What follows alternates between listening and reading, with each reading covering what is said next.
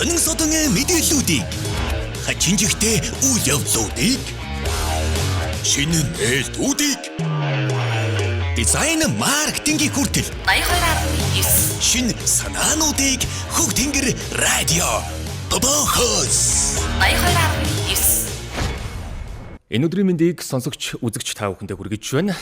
Хөг Тэнгэр радио Пох нэвтрүүлгийн шинэ дугаар та бүхэндээ хүрэхэд бэлэн боллоо. За өнөөдрийн дугаарт хөтлөгчөөр Аги, Оюг, за наривлагчаар Ариука сонсогч үзэгч та бүхэндээ хамтдаа байна. За өдрийн мэнд. Өдрийн мэнд хүргэе. Үзэг сонсогчдоос өдрийн мэндийг хүргэе. За өнөөдрийн Похоор ямар сэдвийн хүрээнд ямар агуулга одоо хөндөж мэдээлэл хүргэх гэж байна тийм ээ. За миний өнөөдрийн ярих агуулга бол зүүдний тухай маш сонирхолтой зүйлийг ярих болно. За тун сонирхолтой байна. Зүүдний тайлал. За тийм маягийн даа гэж. Зүүдний тайллыг хүмүүс их сонирхдаг юм байлээ. Тэгээд тэрэн дээр нь дөрөөлөөд зүүдний тайллын номнууд хүртэл байдаг. Тэгэхээр ном яагаад гараад, ном яагаад зарагдаад байна гэхээр зүүдний тайлал хүмүүсийн бас тань мэдхийг хүсдэг олон далд нууц зүйлүүдийн нэг болж таарч байгаа. Яг зөв. За миний өнөөдрийн ярих сэдэв бол фруктоз гэдэг зүйлийн талаар одоо мэдээллийг өгөх гэж байгаа. За тэгээд яриад ирэхээр фруктоз гэж чухам юу вэ гэдг нь дийлэрхэнгүй одоо тодорхой болох ба. Зарим хүн шууд фруктоз гэхээр энэний талаар ярих гэж байгаа юм байна гэж ойлгож иж магадгүй. За тэгээд мөн эрүүл мэндийн салбартай холбоотой хүний эрүүл мэндэд хэрэгтэй мэдээлэл байгаамаа. За тэгээд фруктозоос эхлэе те. Тэгээ. Мэдээлэл эхлэхийн өмнө сонсож байгаа хүмүүсээсээ ч гэсэн үзэж байгаа хүмүүсээсээ ч гэсэн хэсэг ормыг бас нөгөө одоо миний асуултыг бодоод үзээрэй гэж хэлмээр байна. Тэгэхээр одоо Оюкогоос асууя ойр байгаа юм чи те. За ямар ундаанд Оюко жишээ нь дуртай вэ? За мульт. Миний хувьд бол мультад би их дуртай. За чихэрлэг зүйлс одоо жишээ нь Оюкоос хэр их идэж чинь тийм ээ. Сонсогч үзэгч нар маань ч гэсэн бас өөр дөрөө бодоод үзээрэй. Чихэрлэг зүйлс хэр их идэж чинь, ямар ундаа ууж чинь. За фруктоз гэж одоо жишээ нь Оюко мэдэж гинөө. Сонсч юу? Ер нь сонсч байсан. Гэхдээ нарийн сайн мэдэхгүй байна тийм. За сахаргүй ундаа гэж бол мэднэ те. За мэднэ. Сахаргүй ундаа гэл маш их байдаг. Зеро те. Тий. За sugar zero гэж бичсэн байдаг. Тэгэхээр Монголын одоо хүүхэд залуучуудын дунд бидний хэрэглээний дунд маш олон ундааны төрөл зүйл байдаг, маш олон чихэр байдаг. За тэр дундаа сүүлийн үед нөгөө сахар өндөртэй бүтээгдэхүүнүүд хортой гэдгийг хүмүүс мэдэж авснаас хойш мэдээлэлтэй болсноос хойш зөрүүлээд сахаргүй гэдэг одоо маркетингтай ундаанар жүүснэр их гарч ирсэн. За тэгвэл энэ сахаргүй ундаа яг сахаргүй байдгүй гэдэг асуулт гарч ирнэ. Үнэхээр сахар байхгүй мүү? Яг зөв. Тэгсэн мөртлөө маш амттай байгаад байдаг те. Тий. За тэгвэл яг хоргүй бас байж чадах уу гэдэг асуултанд өнөөдрийн одоо миний хүргэж байгаа мэдээлэл хариулт өгөх гэж байгаа. За тийм учраас бас анхааралтай сонсороо гэж. За сахаргүй ундаа гэж байдаг. Дотор нь фруктоз гэдэг зүйлийг нэмэлтээр хийж өгдөг. Тэгэхээр амттай болдог гэсэн үг. Фруктоз гэдэг зүйл маань зөвхөн илгэнд очиж задардаг. Сахар гэсэн үг. Фруктоз бол сахарыг ойлгочиход болно. Тэгэхээр дахиж хэлье. Зөвхөн илгэн дээр очиж задардаг сахар бол фруктоз. Үүнийг тэр сахаргүй ундаа гэдэг зүйл дээр чинь нэмэлтээр үйлдвэрийн аргаар гаргаад хийж өгч байгаа. Тэгэхээр сахаргүй ундаа хортой гэсэн үг. Зохист хэмжээнээс хэтэрх юм бол шүү. За тэгэхээр тогтмол хэрэгжилж байгаа хүмүүс байгаа шүү дээ, сахаргүй ундаа гэдэг зүйлийг. За ийм хүмүүсийн илэг маш их ачааллыг авдаг. Тэгэхээр фруктоз буюу фруктозын нэмэлттэй бүтээгдэхүүнүүд илгийг ачааллуулад тэгээд улмаар илэг өөхлөлтөн дээр авчиж байгаа хүнийг. Тэгээ илгийг гэмтээдэг бүр хортой л гэсэн үг. 7 хоногт 3-аас дээш удаа сахаргүй ундаа гэдэг зүйлийг хэрэглэдэг бол ер нь ундааны хэрэглээ 3 хоногоос дээшээ байдаг бол таны илэг маш их ачааллыг авж байна. Энэ удаандаа үргэлжлэх юм бол таны илэг өөхлөлт үүснэ. Өөхлөлт дамжирх юм бол мэдээж тэгэл бүр хэцүү гунигтай асуудлууд араас нь хөврнө. За тэгээд өөр талаас нь бас тайлбарлах гэж үзье те. За фруктоз агуулсан бүтээгдэхүүнийг тогтмол хэрэглэх юм бол таны илэг фруктозыг задлж чадахгүйгээр шууд тригглицерид буюу нэг ёсондоо өөх тос болон хувирдаг байгаа байхгүй юу? Яа. За тэгээ энэ нь цаашлах юм бол түрүүн хийсэн элэг өөхлөлтөн дээр авчиж байгаа. За фруктоз гэдэг нь жимсэг нь хүнсний ногоо, за мөн зөгийн бал гэх мэт зүйлсэд байдаг байгалийн гаралтай сахар. Байгалийн гаралт. За энэ байгалийн гаралтай сахарыг нэг ёсондоо үйлдвэрт их хэмжээгээр гаргаж аваад хүнсэнд ялангуяа ундаанд нэмэлтээр хийж өгдөг. За ингээл нөгөө арилжааны шугамар, бизнесийн шугамар ашиг олж хэлдэг гэсэн үг. За бодисын солилцооны алдагдал болон таргалалт үүсэх нь хамгийн ихний асуудал. Фруктозын нэмэлтээр сахарыг хэрэглэх юм бол гэсэн үг. Цадсан мэдрэмж төрүүлдэг гинэ. Хүнд цадсан мэдрэмжийг тархилуу сигнал буюу дохио өгдөг. За инхээр энэ тархилуу цадсан дохио ирэхгүй байхад энэ лифтинг гэдэг даавар байгаа. Энэ дааврыг нь дарангуулдаг юм байна. За ийм учраас хүн цадсан мэдрэмж авахгүй болохоор дахин иддэг. Их идэнэ гэсэн үг. За ингээд улмаар дотоод өөхлөлтийг үүсгээд таргалалт үүсэж байгаа. Тэгээд таргалалтаас цаашаа зүрх судас гэд одоо асуудлууд нүүсч эхэлнэ. Дамжраад явж шүү дээ, тий. За тэгээд цусан дахь сахарын хэмжээг ихсгээд чихрийн шижин гэдэг маш хэцүү за муухрахад хамгийн заваа өвчнөж гэж ярьдаг. Энэ айхтар өвчнөд хүрэгдэг. Зөвхөн сахар агуулсан бүтээгдэхүүнээс холдоод тэгээд сахаргүй бүтээгдэхүүн, сахаргүй ундаа гэдэг зүйлийг тогтмол их хэмжээгээр хэрэглэх юм бол та чихрийн шижинтэй болох магадлал маш өндөр. За тэгээд дээрээс нь сахар орлуулагч нар байгаа. За тэгэхээр энэ хэрэглээндээ л анхаараа гэсэн үг байхгүй юу? За мөн шээсний хүчлийг ихсэгдэг гэж байгаа. Фруктозыг нэмэлтээр агуулсан бүтээгдэхүүнийг ихээр хэрэглэх юм бол за энэ нь үе мөч өвдөх, даралт ихсэх ийм өвчтөй болгоно. За фруктозын сироп гэж зүйл байдаг. За энэ сиропыг ресторантууд маш ихээр ашигладаг гэдэг нь тодорхой болсон. За тийм учраас рестораны хоол маш амттай байгаад идэг шалтгааны нэг нь бас энэ гэж үзэж байгаа эрдэмтэд. Хоолнд ашигладаг байх юм шүү дээ, тий. Фруктозын сироп гэдэг зүйлийг ашигладаг. За ямар бүтээгдэхүүнүүд фруктозыг нэмэлтээр үйлдвэрийн аргаар гаргаж хийдэг юм бэ гэхээр бүтээгдэхүүн кетчуп 100 хүртэл фруктоз байдаг гэж үздэг. Нэмэлтээр хийж өгдөг. Кетчуп байна, цуунд байна. За соуснуудад, майонез, энергийн ундаанууд, за жимсний чанамал, жимсний компотод фруктозын нэмэлтийг маш ихээр хийдэг. За тийм учраас эдгээр саяны дурдсан бүтээгдэхүүнүүдийг та маш ихээр хэрэгэлдэг бол, тогтмол хэрэгэлдэг бол таны зүрх судас, даралт, за тэгээд элэгний өөхлөлт, чихрийн шижин гэдэг зүйлсэд энэ айхтар зүйлсүүдэд таныг нэг л өдөр аваач шүү гэдгийг анхаараарай гэж одоо хэлмээр байгаа юм. Саяны энэ бүтээгдэхүүнүүд боловсруулах явцад асар хэмжээний сахар эсвэл сироп фруктозыг нэмдэг байгаа. Саяны дурдсан бүтээгдэхүүнүүдэд. За байгалийн гаралтай гэж түрүүн хэлсэн шүү дээ фруктозыг. Хэдий байгалийн гаралтай ч гэсэн фруктозын агуулмж өндөртэй учраас за мөн хэтрүүлэн хэрэглэхээс зайлсхийх эсвэл хэмжээг нь тохируулах шаардлагатай зүйлсүүд байна. Хэдий байгалийн гаралтай ч гэсэн мөн нөгөө зохист хэмжээ нь хитрэх юм бол хортой болчиход хортой болно. Нөгөө нэг чихрийн шижин элэгний өөхлөлт дээр аваачна. Яг тэр түрүүн хэлсэн ахиад хэлий фруктоз гэдэг зүйл маань зөвхөн элэгэн дээр очиж задардаг сахар учраас яг одоо дурдах байгаа зүйлсүүдийг бас тогтмол их хэмжээгээр зохист хэмжээгээр хэтрүүлэн хэрэглэх юм бол өдөр тутамдаа хэрэгэлдэг бол та элэгний өөхлөлттэй чихрийн шижинтэй болох эрсдэл тун өндөр.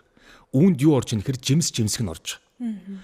Жимс гэдэг зүйл маань хүний биед маш хэрэгтэй. Тийм үү амин дэм эрдэс бодис өндөр хэрэгтэй. Гэхдээ зохист хэмжээ гэдэг зүйл байна. Үүнийг хэтрүүлэх юм бол жимс хүртэл хор болж хувирж болох гэж байна. Яагаад тэгэхээр дотор нь байгалийн гаралтай фруктоз сахар агуулгаддаг учраас 7 хоногийн 5 6 өдрийн жимс иддэг бол та нэг л өдөр одоо элэгний өөхлөлт чихрийн шижинтэй болох эрсдэл өндрөө. За тэр дундаа альмонд фруктоз маш өндөр гэж үздэг юм байна. За альмонд фруктоз буюу байгалийн гаралтай сахар маш өндөр. Тэгэхээр алимны хэрэглээнд анхаарах нь. За усан үзэн байна. Сахарын агуулмж маш өндөр. Тарвас нэг дор их хэмжээгээр одоо идэх юм бол фруктозыг буюу сахарыг ихээр авна. Тэгэхээр тарвасны хэрэглээндээ бас зохист хэмжээнд барих нь. За манго болон банан. За мөн сахар өндөр. Тэгэхээр та 7 хоногт 5 6 ялангуяа одоо фитнест явдаг залуучууд маань бол их иддэг штэ тийм учраас бас энэ хэрэглээнд анхаарах нэ. Сахар өндөр учраас. Хэдий байгалийн гаралтай фруктоз ч гэсэн зохист хэмжээг таруулах хэрэгтэй. За тэгээд зөгийн бол орж байгаа. Зөгийн бол ойролцоогоор 40% фруктозын агуулмжтай гэж байгаа. Яг нөгөө байгаль дээр байгаа одоо зэрлэг зөгийн бол тийм зөгийн болонд фруктоз буюу байгалийн гаралтай сахар 40% нь байдгаа гэж. Тэгэхээр мөн л зохист хэмжээнд нь зөгийн болны хэрэглээгээ тааруулах нь байна. Бас аваа өндөр биш үү те? Маш олон жил 7 хоногт өндөр тунгаар бас мөн зөгийн болыг хэрэглэх юм бол сахарын агуулмж төдий чинээгээрээ таны бие рүү орно л гэсэн үг. За тэгээд сахар орлуулагч нар орж байгаа. За хатаасан жимс нар бас фруктозын агуулмж буюу сахар өндөртөө ордог юм байна. Яагаад гэхээр жимсийг хатаахаар ус нь ууршаад за тэгээд ус нь ууршдаг учраас чихрийн нэгтрал нь маш өндөр болдго юм байна. Тэгэхээр бүх зүйл зохист хэмжээ байгааз. Тийм байна. За нэмэлт зөвлөгөө гэх юм бол жимсийг нөгөө шүүс шахагчаар шахаад одоо амар хэлбэрээр уудаг да. За энэ дээр бас анхаарах хэрэгтэй гинэ. Яагаад гэхээр жимсийг одоо шүүслэгчээр шахаж уухад жимсэнд байдаг хамгийн хэрэгтэй зүйл болох эслэг гэдэг зүйл нь багасаад дан фруктоз нь таны илгэн дээр шууд очиж задардаг. Тэгэхээр аль болох жимсийг яг хатуугаар нь одоо яг жимсээр нь л хазаж идэх ёстой гэж байгаа. Үнэхээр завгүй үед бол мэдээж шүүс шахагчаар шахаад ууж болно. Та байнгын шахаж ууж болохгүй юм байна. Тэгэхээр эслэг нь багасаад зөвхөн сахар нь таны илгэн дээр очиж задардаг. Ийм бас судалгаа бол байгаа юм. За бүтээгдэхүүний шошго найрлаганд шошгыг одоо уншиж сурах хэрэгтэй гэж. За зарим бүтээгдэхүүнд high fructose corn гэдэг ийм тэмдэглэгээ байдаг. За тэр нь фруктозын агуулмж өндөр шүү гэсэн үг. За тийм одоо шошгыг уншиж сурах нь байна. За фруктоз агав нектар гэдэг ийм одоо бичгүүд байдаг. За ийм бичгүүдтэй байх юм бол ерөнхийдөө фруктоз гэж бичсэн байх юм бол high fructose гэсэн бичсэн байх юм бол тэр сахарын агуулмж өндрөөл гэсэн үг. За тийм шошготой бүтээгдэхүүнүүдийг аль болох авч хэрэглэхгүй байх хэрэгтэй. Эдгээрт бол мэдээж түрүүн хэлсэн тэр одоо цуу, кетчуп, соуснууд, майонез гэд бүх зүйлүүдэд эдгээр нь бол байгаа. За судалгааг дуртахгүй бол болохгүй. Энэ бол дандаа судалгааны тайлангууд, судалгааны үндэслэлтэй мэдээллүүд бол байгаа. За Колорадогийн их сургууль байгаа Америк нэгдсэн улс юм. За энэ баг хамт олонны хийсэн нэг судалгаагаар фруктоз нь биед глюкозоос тис өөр дохио өгдөг болохыг 2026 онд буюу энэ онд нотолсон. За ямар дохио өгөх вэ? За глюкозоос тис өөр гэхээр фруктоз нь биед одоо нэг ёсондоо хортой байна гэдгийг их хэмжээгээр авах юм бол хортой байна гэдэг энэ зүйлийг бол баталсан байгаа юм. За мөн фруктоз илгэнд задрахдаа эсийн үндсэн энергийг хүний бие чинь эд эс гэж байгаа. Эс. За хүний биений эсийн энергийг багасгадаг юм байна. Фруктоз нь за илгэнд очиж задрахдаа. За тэгээ энэ нь бие махбодод яаж нөлөөлөх вэ гэхээр эсийн энерги багасгачаар энерги багаслаа. Өөх болон нөөцөө хадгалаа гэсэн дохиог биед өгдөг юм байна. Таны энерги багаслаа. Тийм учраас өөхөө нөөцлөөрөө гэсэн дохиог өгдөг. За тэгэхээр тэр дохиог өгөхөд хүний бие өөхөө шатаахын оронд илүү өөх тосыг нийлэгжүүлж эхэлдэг юм байна.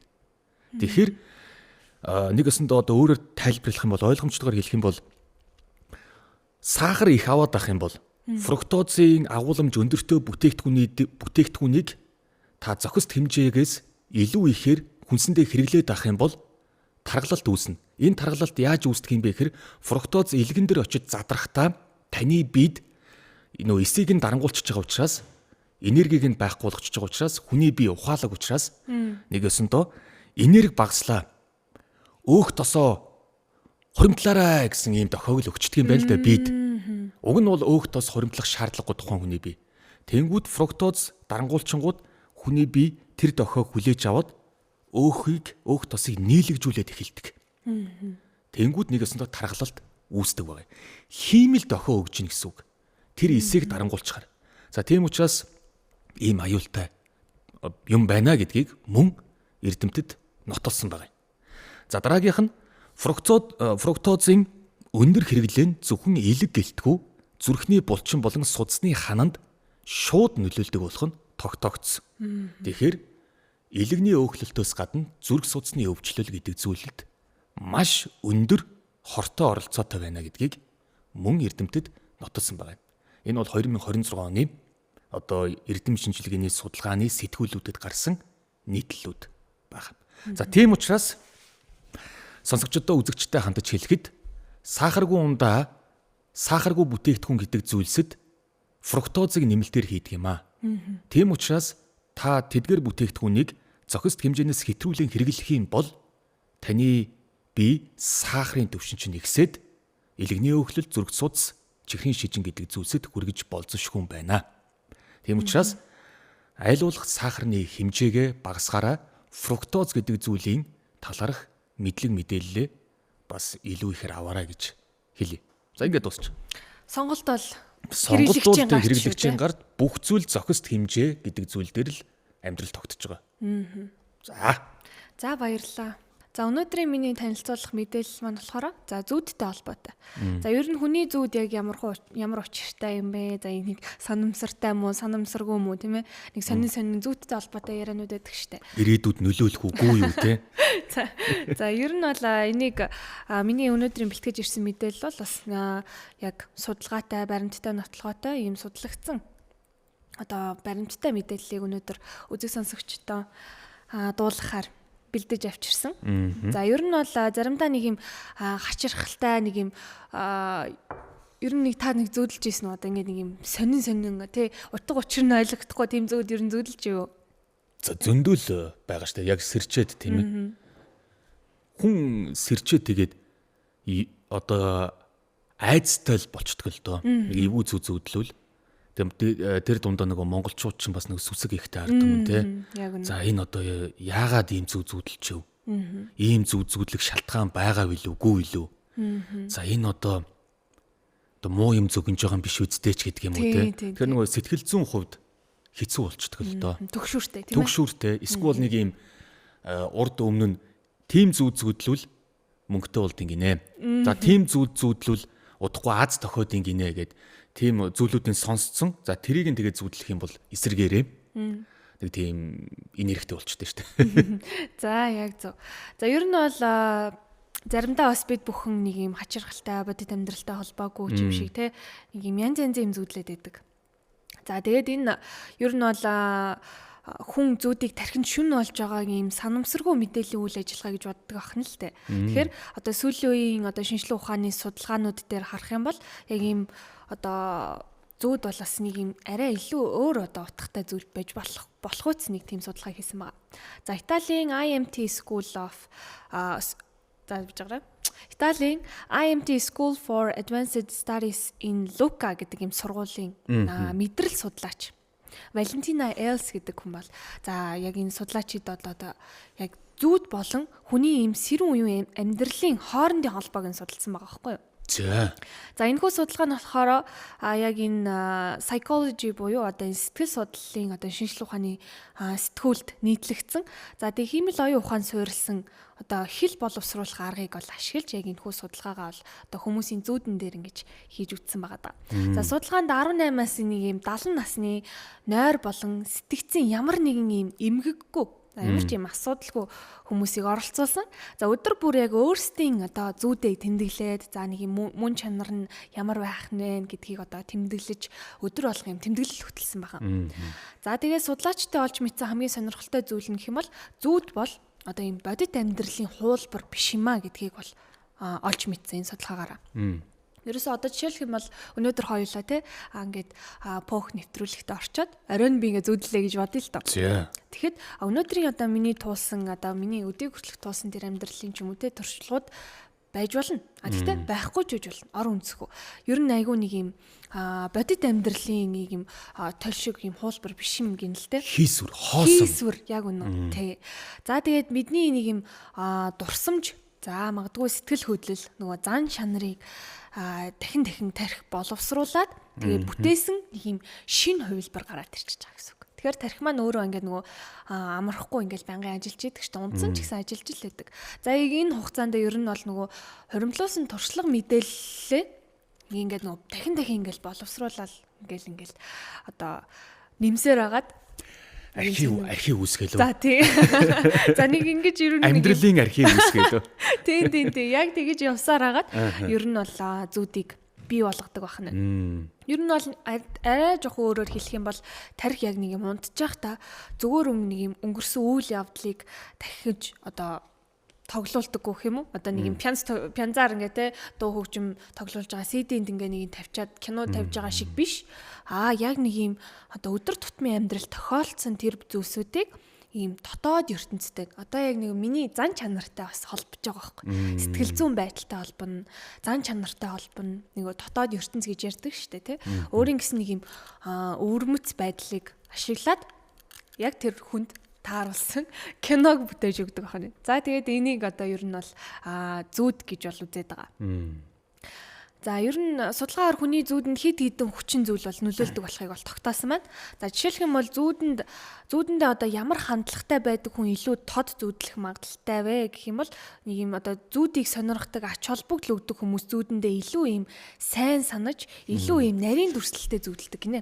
Ер нь бол ийм зүүдэнд аюу ач холбогдол өгдөг хүмүүс байдаг штэ. Тэр хүмүүс бол ер нь нэлээ их одоо зүүдлэх хандлагатай байдаг гинэ. Ер нь нарийн сайн за зүүдлээ ч гэсэн одоо тэрийг маш сайн сандаг. За хүний ой санамж нөгөө төсөөлөх чадвар, төсөөлөн бодох тэдгээр нь бол одоо зүүдний агуулгад маш чухал үүрэгтэй байдаг байна. За хүчтэй ийм төсөөлөлтөй хүмүүс бол илүү ийм өнгөлөг, бодит мэт ийм санагддаг зүүдийг зүүдэлдэг байна.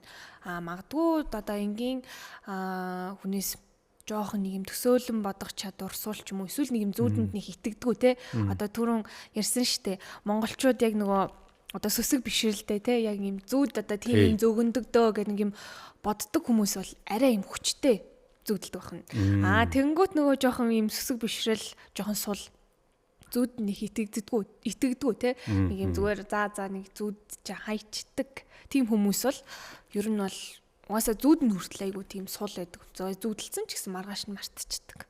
Нэг тиймэрхүү тохиолдлууд байдаг байна. За тэгээ судалгааны бас нэг сонирхолтой хэсэг нь гэх юм бол нөгөө COVID-19 буюу цар тахлын үед нөгөө хөл хорионд хүмүүсийн зүүдэнд хэрхэн нөлөөлснийг бас судалсан байгаа байхгүй юу? За 2020 оны хатуу хөл хорионы үеэр хүмүүсийн зүүдийг шинжлэх юм бол одоо тусгаарлалт ийм айдас ийм тодорхойгүй байдлыг ер нь бол ийм хүчтэй сэтгэл хөдлөлтөй холбоотойгоор бол илүү их зүүдэлж исэн. За энэ дэлхийн нийтийг бол хамарсан томоохон үйл явдал хүртэл одоо хүний далд ухамсарт зүүдэнд хүртэл нөлөөлдөг байна. За тэгээ судалгааны багийн үнснээр болохоор зүүд бол одоо тархины санамсаргүй бүтээл бол биш ээ. Энэ бол одоо хүний амьдралын туршлага, зан чанар, тэгээ сэтгэл хөдлөлийг нэгтгэн боловсруулдаг юм оюун ухааны маш нарийн үйл явц байдаг юм гэдгийг бол энэ судалгаагаар бол дүгнсэн. Тэгээд энэ судалгаа бол бидэнд нэг юм сонирхолтой зүйлийг бас ойлгуулмаар байгаа. За энэ юу гэхээр бид унтчих үедээ тархи маань бол зогсдоггүй. Харин бидний нөгөө туулсан зүйлс маань, мэдэрсэн эмоц бодсон бодлууд маань за нэгтгэгдээд өөрийн гэсэн нэг юм өвөрмөц ертөнцийг бүтээгээд за тэрийгээ бид нар одоо зүүд гэж нэрлэдэг байх нэ гэдгийг бол энэ судалгаа маань бол харуулсан. Тэгэхээр дараагийн одоо хачирхалтай зүүд одоо зүүдлэх юм бол те янз янзын нэг юм одоо хүн яг айцаа ч гэсэн зүүдэлж болдог байхгүй одоо яг нэг юм далд ухамс яг уу ил ингээ бодоод байдгүй ч гэсэн далд ухамсартай хүнд нэг юм айж явдаг айц байгаа штэ. Тэр айц маань бас зүүдээр илэрч гардаг. Тэгэхээр энэ болгоныг одоо нэг юм ямар ч утгагүй зүйл байна гэж одоо нэг бодхоос өмнө магадгүй ингээд таны тархи чинь одоо илүү юм амьдралын ямар нэг хэсгийг чинь те одоо ил гаргаж ирээд илүү боловсронгуй болгож жагаад зүүдлүүлж байгаа юм байна шүү гэдгийг бас ухаж ойлгох хэрэгтэй ахны үзэг сонсогчд маань. Тийм. За нэг юм сонирхолтой судалгаа байна. За сэтгэл зүй, сэтгэл санаа, орчин гэ бүх зүйл бас зүйдтэй холбоотой юм шиг. Холбоотой. Ер нь бүх хүний бие махбод тарих гэдэг юм чи бүгд холбоотой юмсан. Маргааш нь маш чухал үйл ажиллагаанд оролцох, эсвэл маргааш нь маш чухал шалгалттай, ажлын ярилцлагатай, магадгүй маргааш нь болцоотой тий. Сайн муу гэл одоо бүхэл зүйл дээр хүний нойр хулччихдаг. Яг үнэ. Нойр хүрдэггүй. За хэсэгхэн хором унтахтаа л бараг л нөгөө өглөөнийх нь нэг 8 цагийн уулзалтыг Эсвэл одоо 8 цаг 9 цагийн шалгалтаа баг өгж жогоод үйл явцаа урьдчилаад баг зүгэлждэг те. Тий, яг үнэ би яг тэгдэж шүү дээ. Тэ. Тэгэхээр нөгөө бидний энэ харагддггүй ийм баригддггүй нэг эргэтэн бол сэтгэл. Тэгэхээр тэр сэтгэл гэдэг тэр одоо эргэтэн маань бидний бүх биет эргэтнүүдэд ялангуяа тархинд нөлөөлдөг байгаа байхгүй. Тэгэхээр аль болох одоо сэтгэл зүй, сэтгэл санаагаа хүмүүс маань тайван байлгах, төрүүлж уурлахгүй байх, болоогүй юмны өмнөөс төрүүлж стресстгүй байх. Их хотын нэг хамгийн том өвчин бол стресс шүү дээ, тий. Дуу чимээний. За тэгэл олон одоо ингээл утаа, төвөгжрэл, дуу чимээний, бензин. Маш олон ингээд нөгөө нэг нийгмээс үүсэж байгаа одоо ийм дарамт шахалтууд тий. Хөдөлгөөнүүд, үйл явдлуудаас үүссэн стрессүүд хүмүүсийг ийм тайван бус болгочдөг. За түүнийгээ дагаад зүүд одоо эвгүүрэх, зүүд муухайрах. Эсвэл огт зүүдэлдэггүй байсан хүмүүс маань гинт зүүд ихтэй болчих. За тэгээд цаашлах юм бол бүр хэцүү асуудал бол нөгөө нойргүүдл. За тэгээд хэсэгхэн хорон мундахтай хүртэл асар олон юмнуудыг зүүдлээл нөгөө тархин ажиллаас ирдэг хүмүүс байна. Тэгэхээр энэ бол магадгүй таны тархихээс илүү нөгөө сэтгэл зүй, сэтгэл санаатай холбоотой л байдаг юм байл л дээ. Яг үнэ. Одоо энэ нөгөө COVID-19 үеэр ч гэсэн те яг ийм хүмүүс аягүй их тийм айц түгшүүр ийм хаалт мэдэрч одоо зүүдэлж исэн гэж аахгүй. Тэгэхээр ер нь бол хүний одоо нөгөө сэтгэл зүйн байдал тэр нөгөө доктортой байна айц түгшүүр хэр их байгаагаас шалтгаалаад бас зүүд маань илэрч гарч байгаа аахгүй. Тийм учраас одоо энэ одоо их хотын оршин суугч бид нар аль болох сэтгэл санаа, сэтгэл зүгээ тайван байлгаж аль болох бага стресстэх хэрэгтэй юм шиг ба. Шал дэмий стресстэй шүн зүйтэй дахыг хинч хүсэхгүй үстэй тий. Тийм шүү дээ. За тэгээд өнөөдрийн боох нэвтрүүлэг маань өндөрлөж байна. Өнөөдрийн эфирт найруулагчаар Арука, хөтлөгчөөр Оюкагийн ажиллалаа. Монголын анхны FM Хөх Тэнгэр радиог та бүхэн сонсож байна. 82.9 болон 100.9-ээр та бүхэн сонсож байна. За дүрстэйгэр бол Хөх Тэнгэр радио YouTube хуудас болон пэйж хуудсыг маань бас дагаад дүрстэйгэр та бүхэн үзэх боломжтой. Ингээд дараагийн дугаар хүртэл түр баяртай. Баяртай үзэгчтэй сонсогчдоо.